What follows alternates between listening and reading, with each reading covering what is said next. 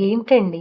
మీ mood బాగోలేదా? అయితే నేనొక చిట్కా చెప్తాను. ఏం లేదండి. మీకు పాడాలనిపించినా, డాన్స్ చేయాలనిపించే ఫాస్ట్ బీట్ పాటలుండేవి వాటిని కొంచెం వినండి. అవి మీ మూడ్‌ను ఇట్టే మార్చేస్తాయి. లేదంటే కామెడీ సీన్స్ కానీ, వీడియోస్ కానీ, కార్టూన్స్ కానీ చూడండి. అవి కూడా మీరు రిపీట్ చేసుకొని చూడండి. అప్పుడు కూడా మీ మూడ్ కొంచెం బావుంటుందనుకుంటా. లేదంటే చుట్టూ ఉన్న వారికి సాయం చేయండి.